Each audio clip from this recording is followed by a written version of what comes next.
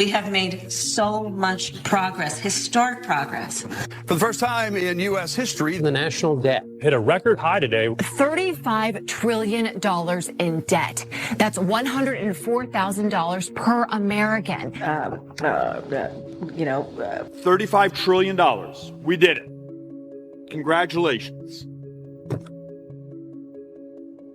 Put it in context for me. How big of a problem is it? Big. Big, big, big. Ladies and gentlemen, how does it feel to be standing on the brink of a bubble just before it bursts? Since the days of the Great Recession, our leaders have taken unprecedented measures to prop up our faltering economy, pushing it to extremes we've never seen before. There's some that talk about the economy of this country not being in very good shape. From your perspective, tell me how the economy of this country is doing compared to other advanced economies that have central banks. So I'm in lots and lots of international discussions as part of my job, and the story for the last 2 years has been just how exceptional the performance of the U.S. economy has been, and that's not a secret. Clearly the U.S. economy has performed very well. I think the United States is doing very well. The Federal Reserve has injected trillions of dollars into the financial system, essentially creating money out of thin air. Meanwhile, politicians in Washington have embarked on the most significant debt spree in history. As a result, our national debt has soared to truly alarming levels, reaching $35 trillion as of Monday. Even the New York Times acknowledges that this debt is growing faster than many economists had anticipated. The storm clouds are gathering, and an epic crisis looms large over the future of our great nation. Our mountainous and unsustainable national debt is the most significant, in my opinion, long-term threat to our economic prosperity as well as our national security. The House Budget Committee recently revealed alarming statistics on how quickly our national debt has been escalating over the past 12 months. We're accumulating $196 billion in new debt every month, which breaks down to $6.4 billion per day, $268 million per hour, $4.5 million per minute, or $74,401 per second. The fact that $268 million is being added to our debt every single hour, robbing future generations of their prosperity, is particularly striking. Yet, few seem to notice or care. It feels like we're committing national suicide. Fair to say you simply flooded the system with money. Yes, we did. That's another way to think about it. We did. When a government borrows money that must be repaid later, it sacrifices future prosperity for immediate gains.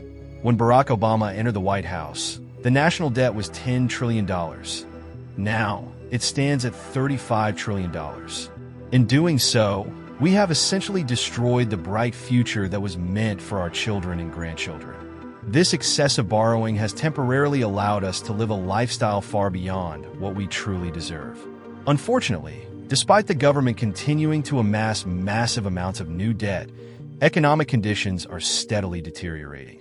We are on the verge of a debt crisis in the United States. When we have a recession, we've never entered a recession with this much debt, not even close.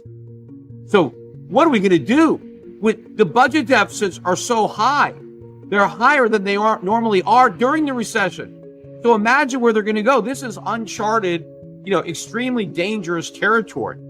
And nobody even wants to acknowledge it. It is because they can't, because, there's no solution here. According to the Department of Housing and Urban Development, homelessness in the U.S. has been rising by an average of about 10% annually since the pandemic ended. By the end of 2023, the U.S. reached its highest recorded level of homelessness since tracking began in 2007, with over 653,000 Americans experiencing homelessness. This increase spans all demographics, with families with children seeing the largest rise of nearly 16% compared to previous years. Kevin, we're here in a weekly rate hotel. You're a single dad with 4 kids living in this hotel room. Tell me about it. Well? They've spent their birthdays in this van. My daughter's is next month, and I'll be damned. I don't want to do it again in a van. I don't want to spend Christmas in a van. It's hard. There is growing concern about the number of young people experiencing homelessness. The report highlights that the states with the most significant homelessness issues are California, New York, Florida, and Washington. New Hampshire and New Mexico have seen the largest increases in homelessness, with rises of 52% and 50% respectively. New York follows closely with a 39% increase since the last survey. Alongside the rise in homelessness, poverty and hunger are also increasing nationwide. In 2023, over 12% of Americans lived below the poverty line, and nearly 13% reported not having enough to eat. And Oliver, CEO of the National Alliance to End Homelessness, notes that more people are becoming homeless for the first time, with many ending up on the streets due to a lack of available housing. Our national debt has surged from $10 trillion to $35 trillion since Barack Obama first took office, leading to a significant economic decline. Despite the influx of money, the cost of living has become increasingly painful. In 6 major U.S. cities, earning around $200,000 a year barely qualifies a family as middle class. San Francisco has the highest threshold, with a family needing to earn over $250,000 to be considered middle class, while Washington, D.C. requires more than $230,000. In Seattle, a household income of $214,000 still qualifies as middle income, and in Boston, $200,000 is considered middle class. New York City requires an income of $183,000, and in Los Angeles, $175,000. Most Americans, however, earn less than $200,000 and are struggling to make ends meet. A recent survey revealed that 71% of U.S. adults are stressed about affording everyday expenses, with grocery bills being the most frustrating. Inflation has hit younger generations hardest, with financial stress levels highest among millennials, 77%, followed by Generation Z, 75%, and Generation X, 74%. Baby boomers report the least financial stress, though it still affects more than half of those surveyed. For those who follow my work regularly, you know I often rant about soaring grocery prices. It's hard to believe how high they've gotten, and many others seem to share this frustration. A recent survey revealed that 80% of Americans have noticed significant increases in grocery costs. Over a quarter of respondents admitted that these higher prices have occasionally led them to skip meals, and about 1/3 of people spend more than 60% of their monthly income on essential expenses like food, utilities, and rent. While food costs have become exorbitant, we actually spend even more on housing. If you're feeling constantly stressed about your finances, you're definitely not alone. Unfortunately, the situation is expected to worsen. Decades of poor decisions have set the stage for a massive economic collapse.